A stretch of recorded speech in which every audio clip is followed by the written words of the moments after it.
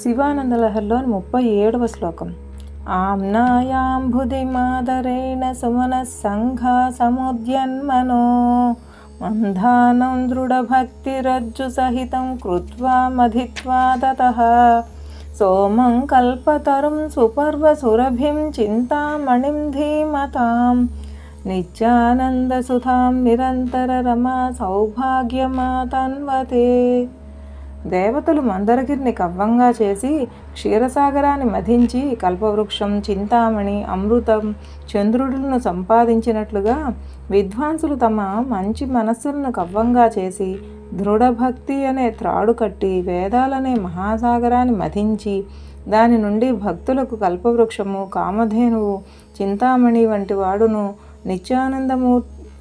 నిత్యానందామృతమూర్తియు మోక్షలక్ష్మి స్వరూపుడును అయిన ఉమా సమేతుడగు సదాశివదేవుని పొందుచున్నారు.